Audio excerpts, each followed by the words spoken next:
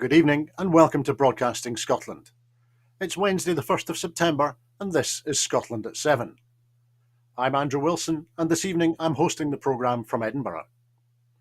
First we will look at today's coronavirus update, then I will introduce this evening's guest, and then we will look at the stories behind the news headlines together.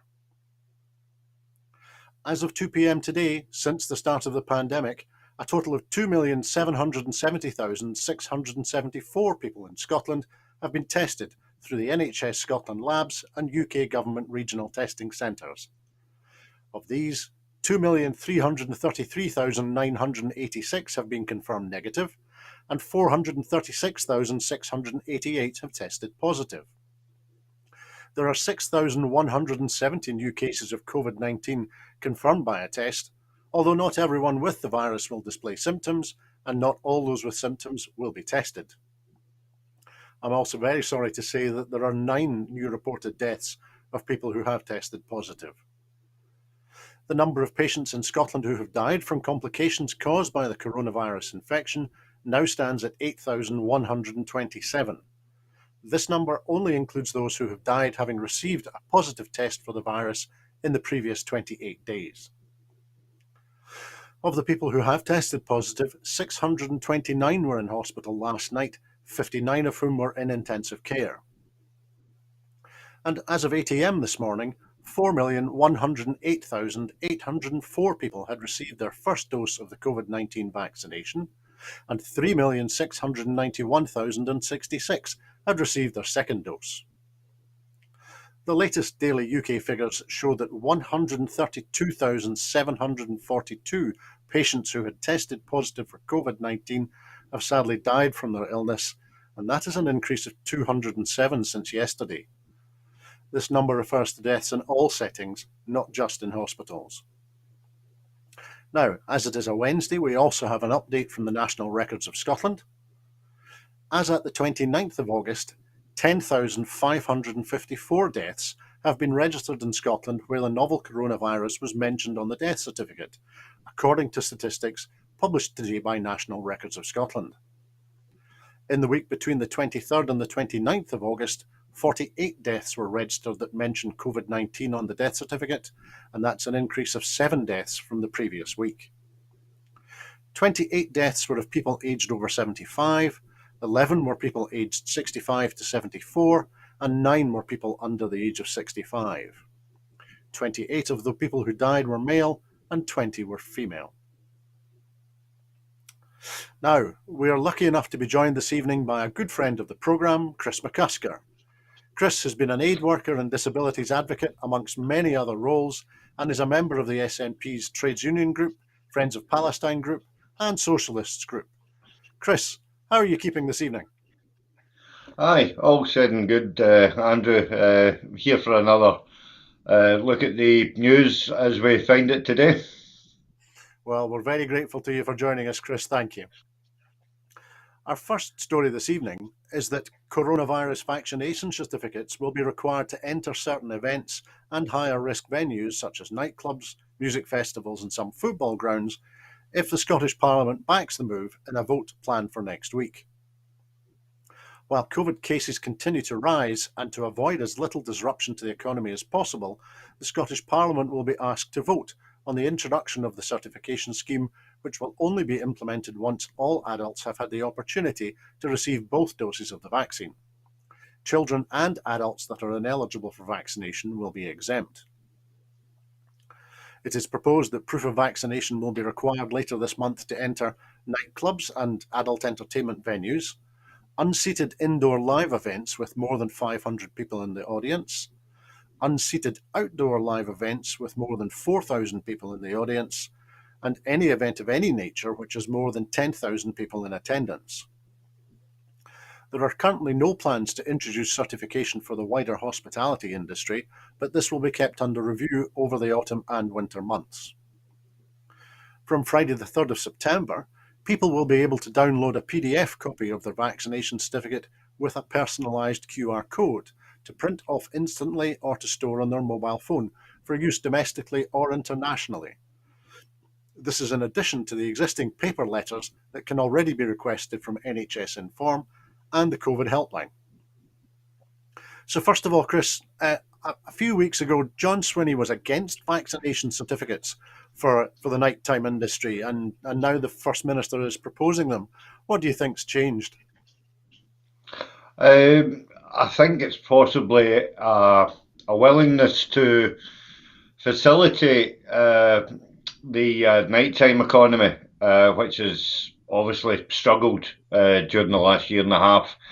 It's only recently been able to open within the last month, and I'm led to believe that the nighttime industry, the tourist industry, and all the rest of it, entertainment as a whole, are willing to accept this as long as if they can use this as a way of not entering another lockdown, which would obviously force them to close, resulting in more hardship. I've got misgivings about this because I'm thankful that they have waived for people who don't have vaccines for various health reasons and all the rest of it.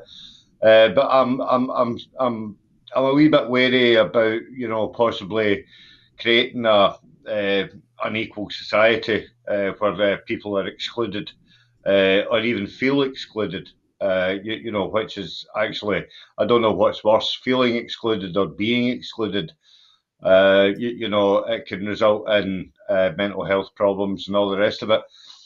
Going forward, I think that the Scottish Government are trying to do everything in order to keep the economy going. A blind man can see that they're at pains to avoid another lockdown, given the recent rise in the COVID figures. So it's a fine balancing act. I think they're damned if they do, they're damned if they don't. It's a trial and error exercise. I hope it works, but as I say, I'm hoping that it's not going to result in vast inequality. Yeah, absolutely, Chris. I'm just thinking about this plan to introduce QR codes as well.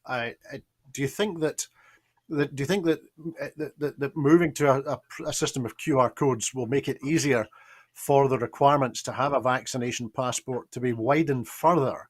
If there is a new system in place with a new software supplier and a system which is much more similar, I expect, to the systems that they have across the EU and in other countries, do you think that this will, and as you say, there's a balancing act here between restrictions that fall short of lockdown and lockdown, but do you think this moving to a more technological solution will make it easier for the Scottish Government to expand the range of things to which you will need to have a QR code before you're allowed to go to attend? Yeah, I think it probably will, and it was welcome that the First Minister pointed out that this is being implemented with the EU in mind, and I would like to see more or greater collaboration between Scotland, recognised in the EU, doing everything for its citizens to be EU compliant. Obviously, in the readiness for us joining the EU once we're independent. We need to forage those links. So it'll be good for the likes of air travel. I don't know about yourselves, but I'm gagging to get away to Lanzarote. I need some R&R. I need to be sitting in the old triangle with a cold pint of Guinness in 32-degree heat. But I can see a lot of problems if if I look at, for argument's sake, going to a football match, whether it's Parkhead or Anfield, and it's going to make it longer to actually get into the ground because the QR codes won't be printed on your ticket, so they will have to have staff in order to check the QR codes. Or some sort of automation machine where you would need to scan it, and then also you need to scan your ticket as well. in order to get to the match. So, as I say, it's a fine balancing act, and I think they're sort of like feeling in the dark, trying to make things work, to get things back to as near as normal as possible. No, that's a good point you make. With regard to the EU, I'm certainly aware that from reports from Paris, that in France is very much at the forefront of requiring vaccination passports for all sorts of things to enter any restaurant, for example. And I've certainly heard reports of as you would expect, the very enthusiastic police forces in Paris, who are always have a fairly high profile, have been quite forthright in enforcing the requirement to have the right sort of QR code, and have been refusing entry to restaurants for Scots who had a Scottish style paper based certificate. Thinking for a moment, and you were talking there also about the additional hassle factor of perhaps getting into football games. How do you think Scottish people are going to react to, firstly, the potential introduction of the need to have a vaccination passport, with potentially the inequality aspects that you also touched on? How do you think Scots are going to react? Are they going to resist it, or are they going to be compliant in a way perhaps they have been remarkably so during the pandemic? I think on the whole, the Scottish people will be compliant. And I mean, I've done everything that's been required. If I'm taking my daughter out for something to eat, you've always got to scan the barcode before you sit down. If the taking of a lateral flow test, which is a requirement at Parkhead, I don't know. I might be in the minority that does that, but I certainly do it anyway, because I couldn't forgive myself if I contracted it and passed it on to a vulnerable person in my family, such as my brother or my daughter. So I think people that have a responsibility, or should I say, a responsible head on their shoulders, then I think largely they will be very compliant. But again, touching on the EU thing, I think quite a lot of yes people will embrace it, because it shows a clear connection between Scotland and Europe, and the majority of people who would advocate for independence, I would say a majority of them are in favour of joining the EU, and if not, a certain amount of them believe that EFTA is the way, or the EAA.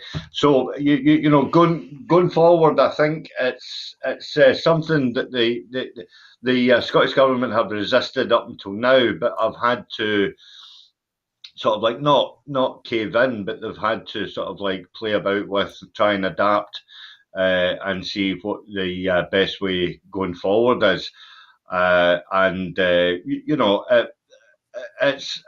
It could turn out to be another tool in the armoury, because in the long term it may highlight people who have been, shall we say, economical with the truth sometimes when they want to go out for a meal or something like that, or to go to a venue. So from that point of view, it's not quite a totalitarian state, but I think it's the responsible way to go. Thanks, Chris. And just one other thing on the cultural aspects of this that crossed my mind. I've seen some commentary today, people suggesting that the requirement to have a vaccine certificate, a QR code vaccine certificate, that might be a disincentive to people who are unsure about getting vaccinated. But it crossed my mind as well that perhaps for young people, if it is a requirement to get into a nightclub, then that might motivate young people to come forward in greater numbers for their jags than is currently the case. Do you think either of are those two extreme, those polar opposites, or what do you think the impact of these requirements, if they are introduced? What do you think the impact will be? I think it's an excellent point. I actually think it's an excellent point that you make, Andrew. And we have to encourage, now that we're engaging in the conversation of trying to vaccinate children from 16 down to about 12 or something like that, then kids are far more engaged in technology than us old farts. So they love nothing more than downloading stuff onto their phone and whatnot, what have you. It's a way to for them to engage. Going forward, I would like the Scottish Government to do a lot more with regards to vaccines. I would like to see them introduced into schools, not on a mandatory basis, but at least have them, sort of like there so that people can make an informed choice. And that way, I think, it would be a lot quicker rather than using the drop-in centres. But yeah, again, I would go back to what I said earlier. I think it could be another weapon in the armoury, shall we say, against the fight of COVID. Thanks, Chris. We'll move on to our next story this evening, and the SNP, an SNP MP has demanded that Rishi Sunak call an immediate halt to planned Tory cuts to universal credit and the ending of the furlough scheme, with just 1 month to go until these cuts come into effect. Alison Thulis MP warned that the cuts would slash the incomes of millions of families and cause a rise in redundancies, with over 1 million workers still furloughed and around 6 million families facing the £1,040 cut to universal credit. The SNP's Shadow Chancellor said the cuts proved the Tories had no intention of building a fair recovery and that independence is the only way to keep Scotland and Scottish people safe from Tory cuts. Commenting, Alison Thulis MP said, "With the clock ticking, Rishi Sunak must call an immediate halt to Tory plans to slash the incomes of millions of families at the end of the month." After a decade of Tory austerity cuts, the UK already has the worst levels of poverty and inequality in northwest Europe. So, Chris, is this some sort of pincer movement by the Westminster government on the working poor, ending furlough and taking back the uplift in universal credit at the same time?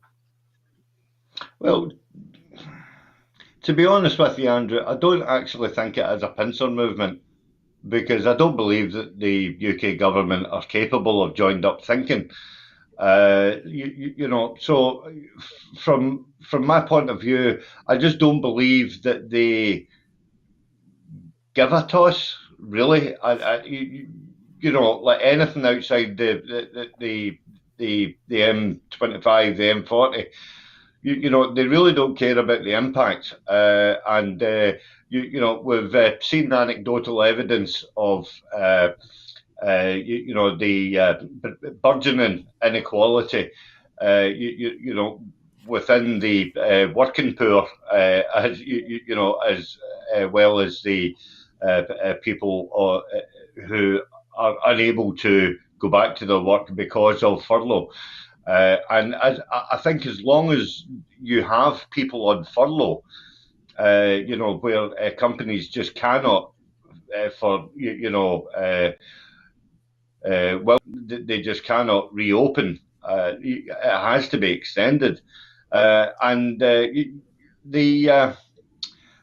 pernicious attack against the working poor, and I use that quite deliberately, the working poor, because the £20 top up is derisory at best. In this day and age, we're talking about an extra £20. Multiply that by 4, £80 a month could mean the difference between, quite honestly, starvation or no heating, no lighting, absolutely no luxuries on that at all. So, I mean, if you're taking £80 away from the average person, you're leaving them a bare minimum, from week to week in order to get by.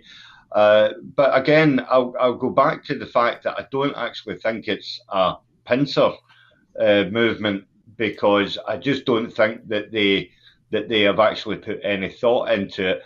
They've just said we need to save money, and where do we save money? Oh, we always take it away from the poor. So, it's a tried and tested method. Let's go with that. Absolutely, Chris. Thank you. We'll move on to our next story now. And the SNP has condemned the Tory government's damaging Brexit deal after new statistics revealed a rise in shop prices, with the British Retail Consortium also warning of further price increases and disruption in the coming months due to Brexit. The BRC's chief executive, Helen Dickinson, said that food retailers are fighting to keep their prices down as far as possible, but mounting pressures from rising commodity and shipping costs, as well as Brexit-related red tape, mean this will not be sustainable for much longer, and food prices are likely to rise in the coming months. She added, in the run-up to Christmas, the situation could get worse, and customers may see reduced choice and increased prices for their favourite products and presents. It comes days after Scotland's food and drinks industry also wrote a joint letter warning that the double hit of Brexit and the pandemic has put further pressure on the labour market in Scotland and is putting the growth, viability and security of many Scottish businesses in jeopardy. So, Chris, we've just been talking about two either combined or simultaneous attacks on the working poor. Is this deliberate increase in the cost of living, this particular Brexit bonus, is this a third attack on the working poor? Well, you know, if I say yes, then obviously nullifies my previous answer. Again, it's just the fact that the Tories have not done any homework. They've ploughed on with Brexit in the face of the pandemic when they were advised not to, which I think would have alleviated an awful lot of these issues. I had the rather sweet and sour episode this afternoon where I found myself in Waitrose for the first time in my life. Well, not the first time in my life, but the first time in a long time, and I was very uncomfortable. I seen a packet of sausages priced at £3.80. Those little sausages wrapped in bacon, they were £4.50 a packet. For me, that's just horrendous. So the as things start to unwind from Brexit, with the well-documented levels of stock in supermarkets, as they get more and more, how can I say, systematic. You will see that everything will be at a premium, and therefore, short-life commodities will get ramped up. And again, it's going to be the working poor. It's going to be the people on benefits who are going to lose out. And again, it's just the sheer fact of the matter is that the Tories just don't care about the working poor. They don't care about people on benefits either. Brexit was always a project for billionaires. That was the only people that were going to benefit from it. It was never going to benefit the ordinary working man or woman, for that matter. It was an expensive vanity project, that we're all sadly having to pay the price of. But no, on the brighter side, not for much longer, because as long as the SNP and the Greens now in government pursue the undisputable mandate for Scotland to be an independent country, we can rejoin the EU and things can go back to normal. That's a good point, Chris, and you're helpfully leading me on to my next question, which was one really aimed at people like you and me who are of a certain age or vintage. Notoriously, Mrs. Thatcher funded mass unemployment with the revenues from Scotland's oil. Do you think that the need to find the money to pay even the meagre levels of universal credit to those newly unemployed as the furlough being withdrawn, do you think that will increase the stakes for the next independence reference which is next independence referendum, which is already being planned? Well, I mean, I, I don't know how much the stakes can be increased by, to be honest with you. We've got all the evidence that we need right now for Scotland to be an independent country. We can see the direction of the UK government. We can see the inequality coming out of the UK government. It's quite clearly laid out in the last two or three stories that we've been discussing there. And I don't think that the people of Scotland need a further incentive in order to vote for independence and rejoin Europe. I think what we see now is the fact that Brexit will do pretty much the majority of the legwork for Scotland to be independent. That I'm in no doubt. Whether it happens in the timescale set out by the SNP and the Greens, and effectively the Scottish Government, only time will tell. I recently put a tweet out saying that this is the litmus test for people of a certain vintage. We have steadfastly stuck to our guns. Personally, for me, I've stood by my decision to stay within the SNP and not go anywhere else. Because I believe that this is the last roll of the dice, and if it's not delivered within the time scale that has been clearly set out, then obviously people can make, alternative choices. So I think this is a hard, fast, and serious, shall we say, initiative. And it's a case of watch this space at this moment in time. But I think the main point that I would try to put across to people is not to sort of like sit back and let the UK government do all the legwork. Sure, we've still got to chap doors, we've still got to go on demonstrations, we've still got to make people aware. But with every utterance coming out of the UK government, it just adds more fuel to the fire, and obviously it adds more evidence to the fact that Scotland, can be an independent nation, can do things differently, and one curious thing that I need to point out to everybody, because the partnership, shall we say, between the Greens and the SNP, it's got what at its central core is that just transition from fossil fuels over to renewables. Now, that just transition means taking people already employed in that sector across over to green renewables.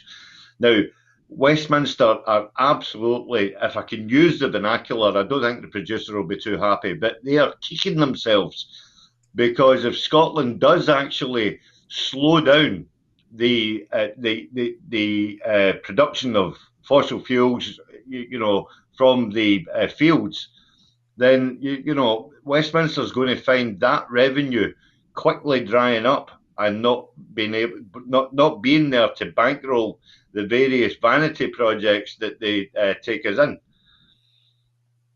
Of course. And actually, Chris, we'll touch on a green story next. The Scottish Greens have warned that the new E10 petrol is greenwashing by the UK government that will fail to drive down emissions. The new ethanol-based fuel is rolled out from today and has been labelled greener by the UK government. Commenting, the Scottish Greens transport spokesman Mark Ruskell said, E10 is just naked greenwashing by a UK government enthralled to the oil and gas giants. Any benefits are negligible and a distraction from the need to install a comprehensive charging network for electric vehicles in order to meet future fuel needs. So, Chris, over the last 2 or 3 weeks, we've been speaking on this programme about the oil industry writing the Westminster government's green policies. Do you think this is another example? Yeah, I really do. And with regards to the E10, I read a piece, which is pretty much alluding to the fact that it's just another concoction dreamt up by the oil companies, in order to show a bit of diversity, to show an alternative way. Talking about people being of a certain vintage, you'll remember when the majority of our cars used to run on 4-star.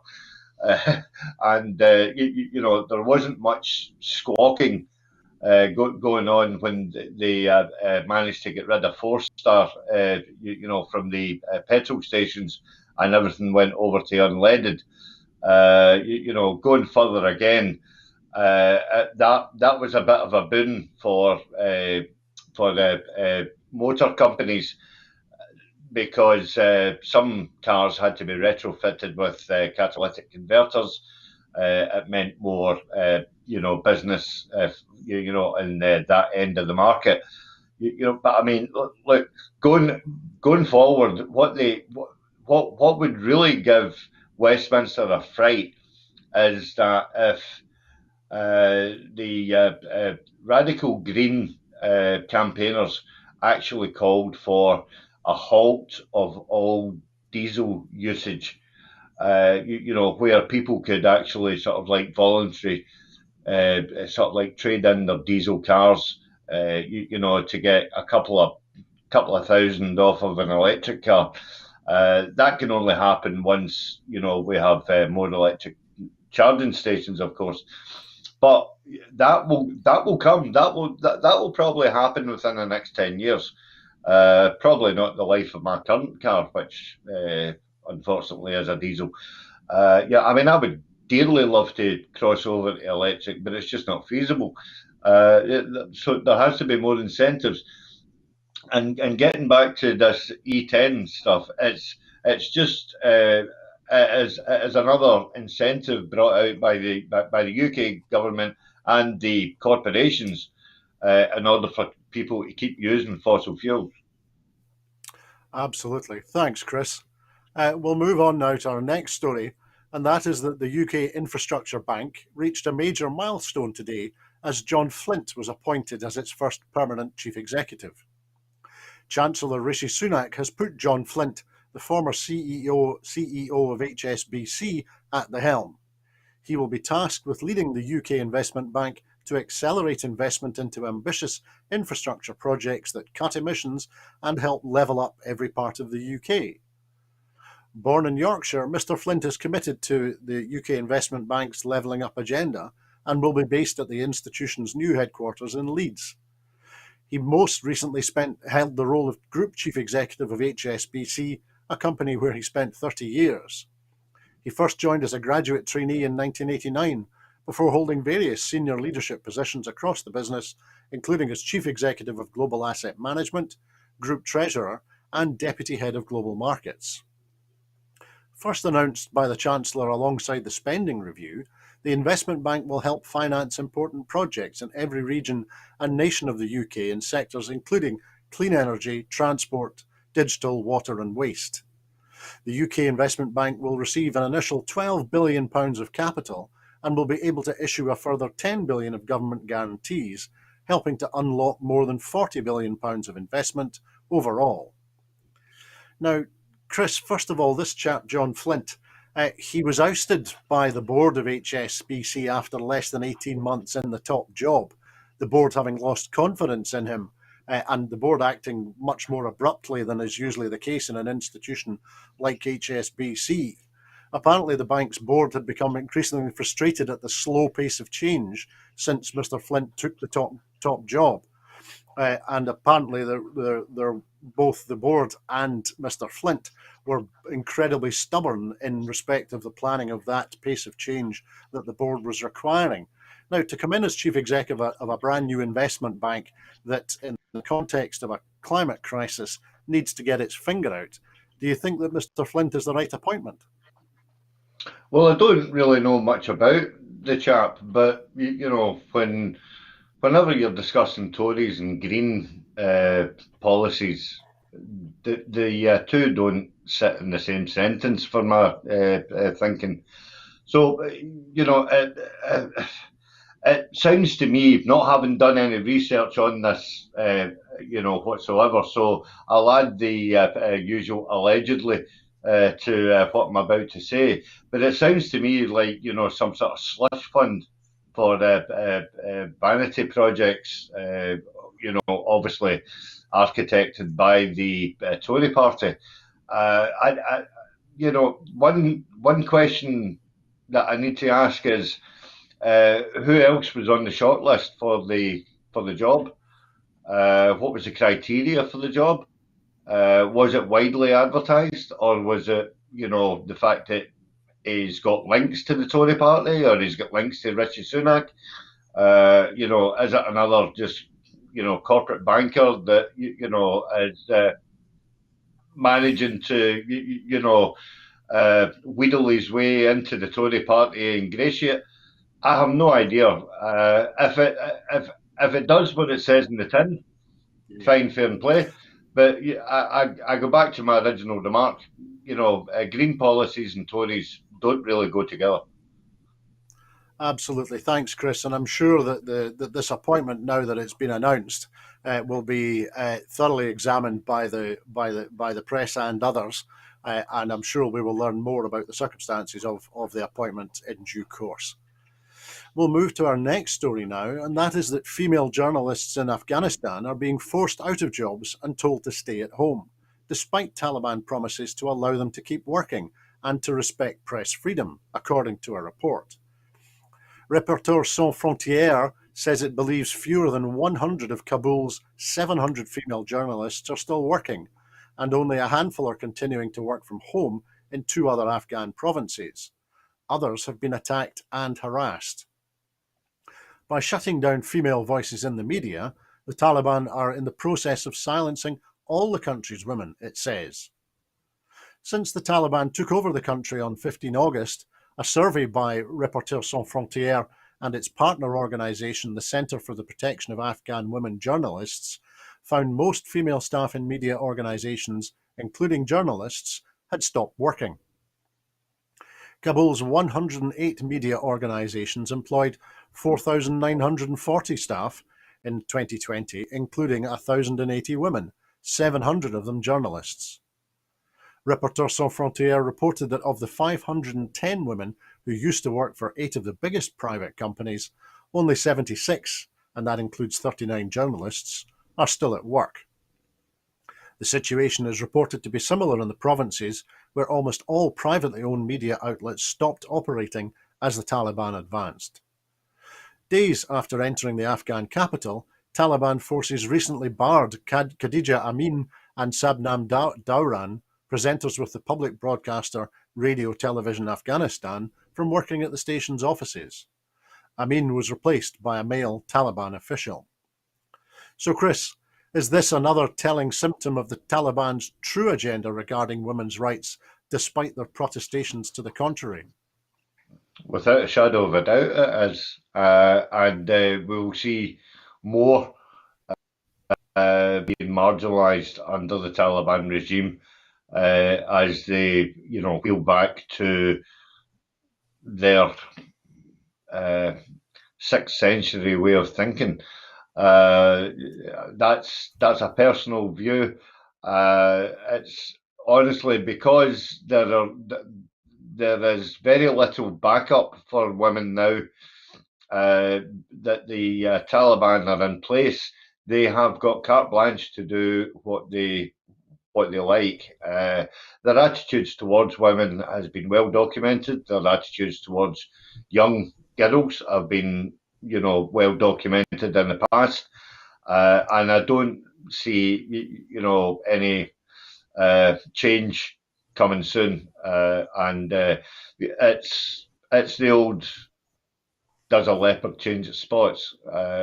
It's really sad for the journalism as a whole, but it's more sad for the female population of Afghanistan, who we're starting to see more opportunities, more freedoms, and I think this is a sad indictment of the regime that is now well installed, and I don't see it getting any better anytime soon. Thanks, Chris. There's another. The next story relates to women's rights as well, and that is that President Joe Biden has condemned the Texas law that came into effect today, which prohibits the vast majority of abortions in the state. And he has pledged his administration would fight to protect the constitutional right to abortion, as laid out in the landmark Roe against Wade court case. The Texas law will significantly impair women's access to the health care they need, particularly for communities of colour and individuals with low incomes, Biden said in a statement. And outrageously, it deputises private citizens to bring lawsuits against anyone who they believe has helped another person get an abortion.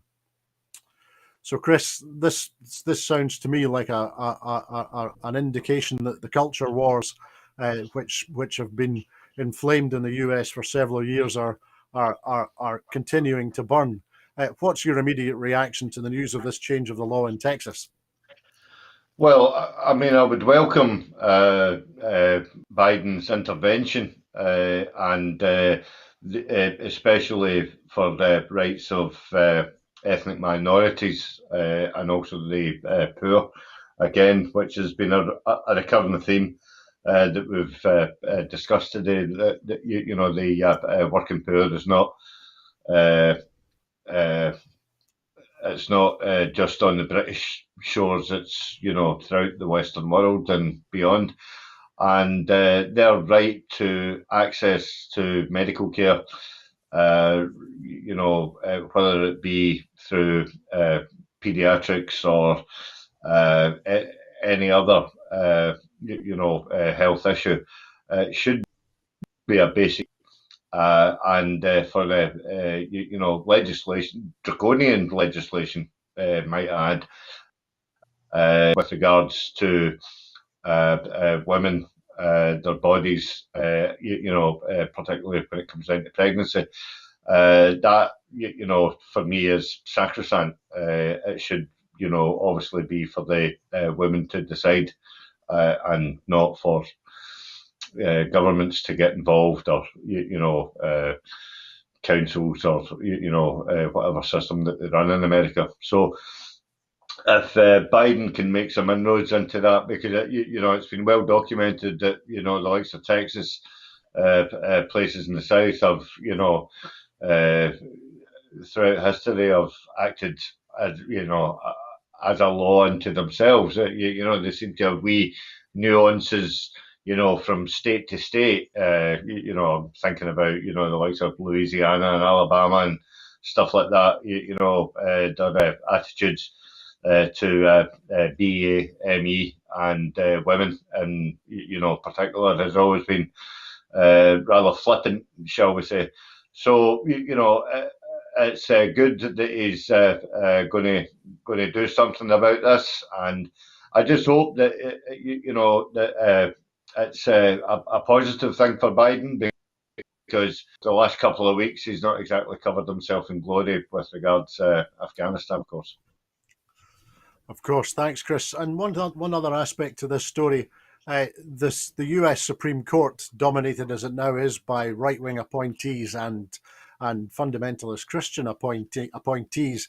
Do you think that the Supreme Court declining to intervene in the case of this new Texas state law, do you think that indicates that there is still a shadow of Trump, who of course appointed the last justice to the Supreme Court? Do you think this indicates that there is a shadow of Trump still hanging over politics in the US, and that this might be an indication of his imminent return? Well, I mean, it's the heartland of Trump's support is, predominantly in the Deep South. Those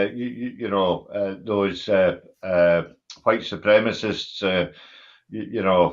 Look at me, I'm sitting here in a kind of like a tartan, sort of like lumberjack t-shirt, like a true redneck. But yeah, it is in that area where Trump did enjoy a vast amount of his loyal support. if they're standing away from it and giving it, kind of like a free run, then that's obviously good. But again, only time will tell. Because in my experience of America, you have to be a wee bit of a lawyer in order to understand the different nuances of law from state to state. So again, time will tell. Absolutely, Chris. Thank you. And we'll move now to our next story, which returns in part to the climate crisis and the green agenda. And the Iraqi finance minister, Iraq being one of the founding members of the global oil cartel OPEC, has made an unprecedented call to fellow oil producers to move away from fossil fuel dependency and into renewable energy ahead of a key OPEC meeting. Ali Alawi, who is also the Deputy Prime Minister of Iraq, has written in The Guardian to urge oil producers to pursue an economic renewal focused on environmentally sound policies and technologies that would include solar power and potentially nuclear reactors, and to reduce their dependency on fossil fuel exports. Along with the executive director of the International Energy Agency, Fatih Birol, he wrote, "To stand a chance of limiting the worst effects of climate change, the world needs to fundamentally change the way it produces and consumes energy, burning less coal, oil, and natural gas. If oil revenues start to decline before producer countries have successfully diversified their economies, livelihoods will be lost and poverty rates will increase." Ministers of the 13 OPEC member states are scheduled to meet virtually today to negotiate potential curbs to production as oil prices waver. OPEC had earlier agreed to boost production as economies recovered from the COVID-19 pandemic, but slowing markets have led some to suggest a halt to that increase. So, Chris, firstly, a finance minister and a deputy prime minister of a member of OPEC writing very clearly about the need to limit our consumption of coal, oil, and natural gas, and also writing about the need to diversify national economies away from being oil dependent. Do you think do you think this might be the first crack in the seawall of the oil producers and the oil majors? I would possibly say maybe a hairline crack. Uh, unless we have a unanimous sort of like joint briefing from the other members of OPEC to come out and endorse this thinking, which is pretty much the way that Scotland is thinking at this moment in time. Nicola was at pains today to point out the fact that we need to double down on oil production and double up on renewable. It's not the way that Douglas Ross was painting it was that we are going to stop oil production tomorrow and we're going to start renewable production, and that transition will be overnight, and all the jobs will be lost. It's complete tosh. So for OPEC to start talking about the need to buy into a just transition, however slow OPEC want to go with it, has got to be welcomed. I think there'll be a lot of scratching of heads, at many parliaments throughout Europe, notwithstanding Westminster, at this, because they'll all be wondering, well, we rely on the oil revenues. Much of the Middle East economy obviously relies on oil revenues. And it's that unwillingness to diversify, going forward in a digital age. And I just don't see, I just don't share their short-sightedness. I mean, I remember just completely off the cuff. I just remember that back in 1987, mobile phones and internet were of a complete dream, and yet it was slowly introduced, and the take up of it was, seamless. Back in '87, you were still writing postcards to your mammy up in Glasgow from London saying, I'm running out of money and stuff like that, and all the rest of it. I'll see you soon. Now it's a text message, sort of like, and everything's very, very instant. So what is there? Uh, I can't comprehend people's hesitancy and engaging in a just transition, because it is the way forward for the next 20, 30 years. I probably won't be smelling too good at that point in time, but it's going to benefit, obviously, the country going forward, into the new century. And you would shudder to think that in 100 years we'll still be relying on heavy diesel in order to power our cars. It is the way that it's a natural progression. So thinking about it now, yeah, it's very, very welcome. Thanks, Chris. And our final story this evening also has a green aspect to it as well. Relative to the average, Scotland and Northern Ireland have seen the mildest, driest, and sunniest conditions during summer 2021. Northern Ireland has had its third hottest summer on record, and Scotland its fourth. The summer of 2021 has been a season of contrasting fortunes across the UK, with the north and west of the UK experiencing a warmer, drier, and sunnier season compared to the average, while parts of the southeast have been duller and wetter than average. Northern Ireland experienced its third warmest summer on record, that's 15.06 degrees Celsius, and also recorded its highest temperature on record, with 31.3 degrees Celsius recorded on the 21st of July at Castlederg in Tyrone. Some regions of Scotland, including the city of Glasgow, where COP26 will be held in November, had their hottest summers on records going back to 1884. So, Chris, you live in Glasgow, in Greater Glasgow. What's been your impression of the meteorological summer that came to an end last night? Well, you wouldn't know it came to an end last night, because I was I was enjoying a cup of tea earlier out on my patio. Managed to steal 5 minutes out of the day in order to sit down and peruse the social media sites, and it was absolutely beautiful. It was when I was in the car around about 2 o'clock this afternoon. It was 21 degrees. And that's pretty much unheard of. But I mean,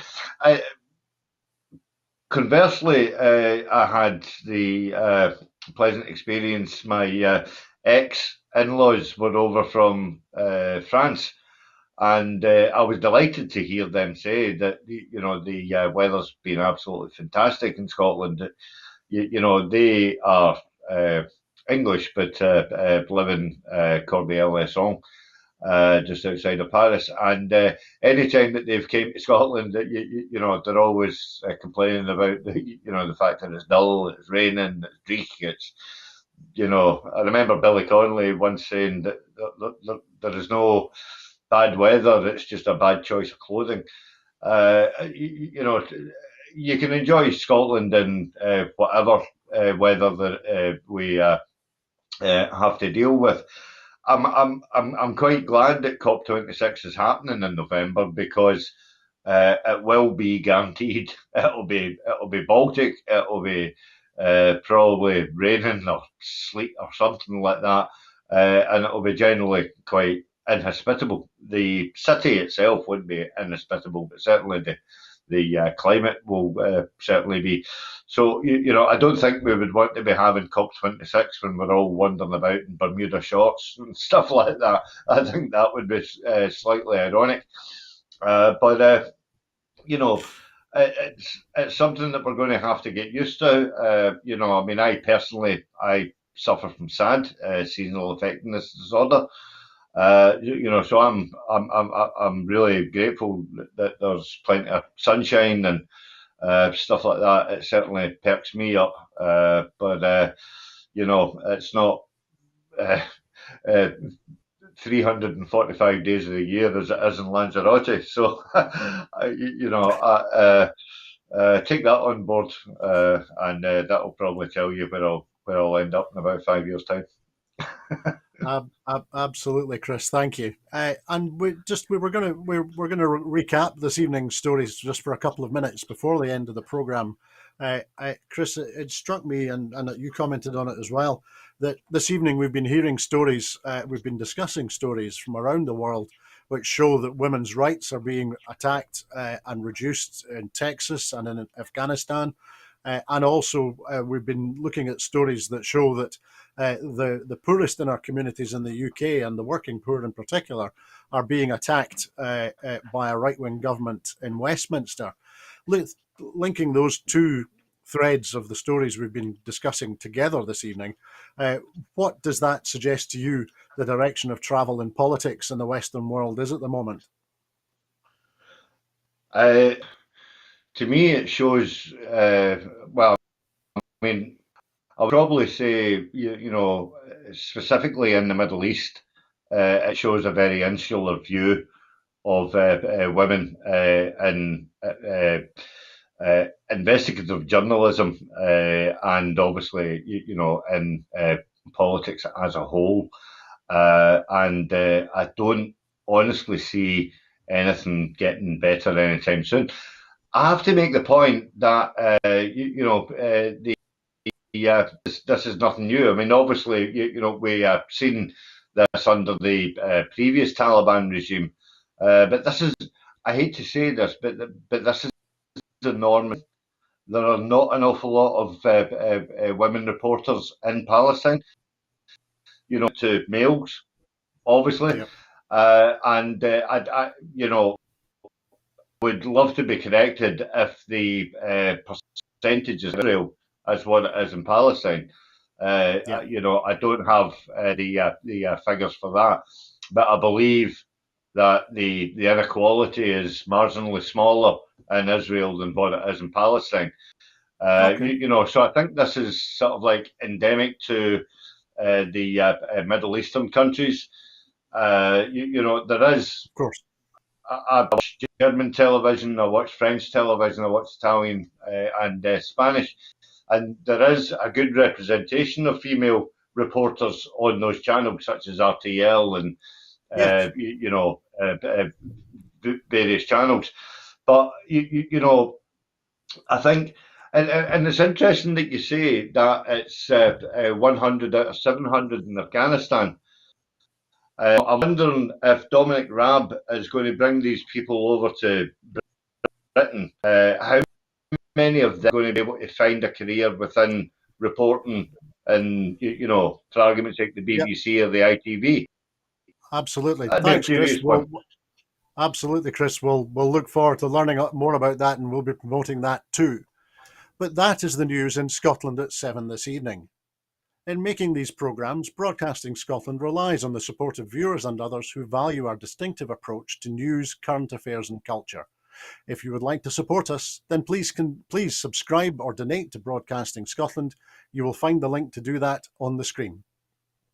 There are other ways in which you can contribute to our work. If you would like to volunteer, then please visit our website at www.broadcastingscotland.scot and send us a message there. Meantime, Maggie will be here tomorrow at 7 o'clock with the next edition of Scotland at 7, so please tune in and join us then. I'd like to say very many thanks to Chris for joining us this evening and for sharing his thoughts and wisdom and experience. Thank you very much, Andrew. It's been a pleasure. Thanks, Chris. And that's the way it is at very nearly Scotland at 8. Thank you for joining us on Broadcasting Scotland. Remember, we are all the Glasgow girls. I hope that you have a very peaceful evening.